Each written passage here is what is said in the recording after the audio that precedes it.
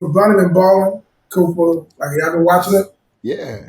Bronny Man, told me something in a workout. He was like his first year was a learning curve. Now y'all think about it. You and D Wright, you guys played in the league. Your first year was a what? A learning curve. Yeah, you got to learn. You got to learn the game. You gotta You got learn to the learn the speed. You got to learn the physicality. You got to learn the plays. You got to learn how to terminology, travel. What you say, D. terminology. That's the hardest. Terminology, bro. You gotta learn. You gotta learn to play with grown ass men with man. 5, 6 kids, and Fighting for their life. So bro, when it's a lot you gotta learn your a first year, lot. bro. Yeah. So some people don't understand that learning curve that all players that going into the NBA got to go through. And he just was like more in tune with who he is, what type of pro he's trying to become, Yeah, and the work that's needed to go into it. Yeah. And he was like, the one thing for sure, he said, I ain't afraid. And I'm ready Stuff. to go head on with it. And we put in the work. And now look at how he's performing in summer league. He said he was going to do well. He bro. hooping. Bronny is cold, bro. He called. Bronny is just 6'1", 6'2". Yeah. Bronny cold. I watched the moves. I watched the way. I watched his movement. Like that's not saying he's gonna be a 30 point a game scorer in the league, but bro, the kid can hoop, He and can hoop. he got his bag is heavy. Yep. His bag is tough, dog. He got it all. And so it's really, really cool to see his confidence now. Like you started seeing it as he went to the G League and he started dunking on motherfuckers and having those games. But you saw it in the first play of summer league. Boom. That shows you everything. He was like a free safety and was like, oh, okay, he about to spin. Let me go get that. And then I'm about to take off. Like Yeah. that right there was like, yep. I was like, yeah, he good. He good. Yeah, he good. Now, I think the one thing we'll be interested to see with Bronny is as he makes his jump. I think what the Clutch has done, what Rich has done, what his father has done is they haven't rushed his process. Oh, And so people already want to rush Bronny process and say, is he going to be a rotation player for the Lakers right now? Bronny don't need to be a rotation player for the Lakers right now. He needs to continue to keep developing. And so, his play going to show you when that step is going to come, but it may not be this year neither.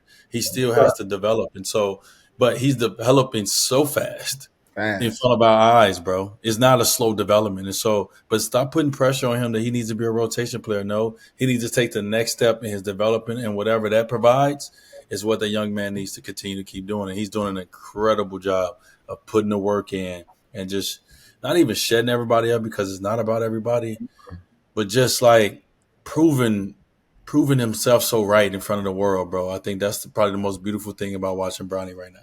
Yeah. Yeah, he's only 20, D. He's not. He's 20. Yeah, Yeah. That's what's sucks in this world. Everybody wants results. yeah. Right. But for D Wright and D, y'all played in summer league. What was that like for you guys? In the sense of like, like compared to what it is now. Like, what was it like for you? Obviously, D Wright, you coming out of, high school, Yeah, and boy. D, What you doing? What you doing, summer league, dog? Look at this like, picture what was right it here. like? This is my first day as a Miami Heat player right there, getting ready for summer league. That's the day I met you, Flash. Um, but yeah, I don't know if you guys know about my summer league story. My first game, I only played one game my rookie year. First game I came out, I was 0 for 6 in the first half. Came out second half, had 30. Shut That's him what I down. second half had 30. And shut it down. I pulled my groin. So I forget what happened. I think I tried to take a charge. Somebody stepped on my foot, and when I fell back, it like kind of pulled on my groin. So I was done for the rest of the summer. But yeah, my first summer league game, it was funny because it looked like I was like the worst draft pick ever. I had like 5 turnovers, 0 for 6 in the first half. Second half, I came and got 30. So I was like 2 different players. But just Can I- What changed? and Like, being what changed in the half for you? I just getting comfortable. I'm 18 years old. We played against it was Jarvis Hayes. I want to say Jared Jeffries. Washington. Yeah, Washington Yeah, team. So Washington.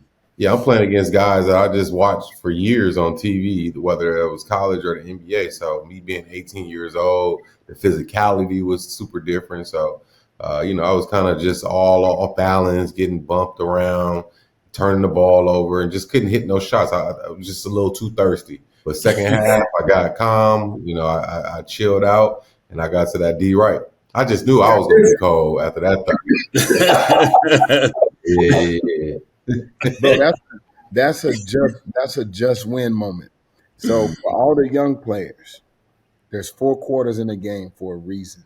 hmm And just because you start the game off rocky or in a situation that you don't feel like you're being successful, you just got to stay with it. And Yep.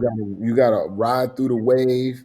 You got to work through the moment, and eventually, the way basketball is, you're going to have your moment, and that's where your work is shown. So that's a good example, D. Wright, for all the young guys that'll be watching that's playing summer league.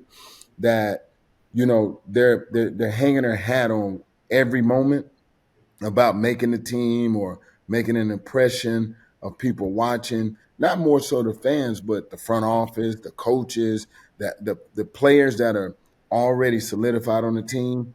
The young guys are going through a different type of pressure because they want to get in the rotation. Some guys, know that they're going to start and they got a different look. But those guys that are two-way contract guys, these guys that are trying to play their butt off to be on a roster. Like I watched Nelson. What's Nelson's with the Sixers? Jameer Nelson Jameer Jr. Nelson got a son played for the He Spurs, played for the Spurs, yeah. and Mhm. Junior. his son is probably the second or third team point guard on the summer league team. And his dad is an assistant GM at another, but he's going through his process. Yeah. And so a lot of people don't understand that this is a normal process. Just because your dad played don't mean you are exempt from failure. Yeah. And I was watching that moment, watching how that kid handled failure in front of the world. And he could have been on the bench pouting, like, I ain't getting to play. My dad's sitting there. No, when his time came, he was ready to play. And so that's just a good example, D. Wright, of your mental resilience and why you're able to play for so long Yeah. and be a fan favorite and a player favorite because you're able to overcome Yeah. adversity.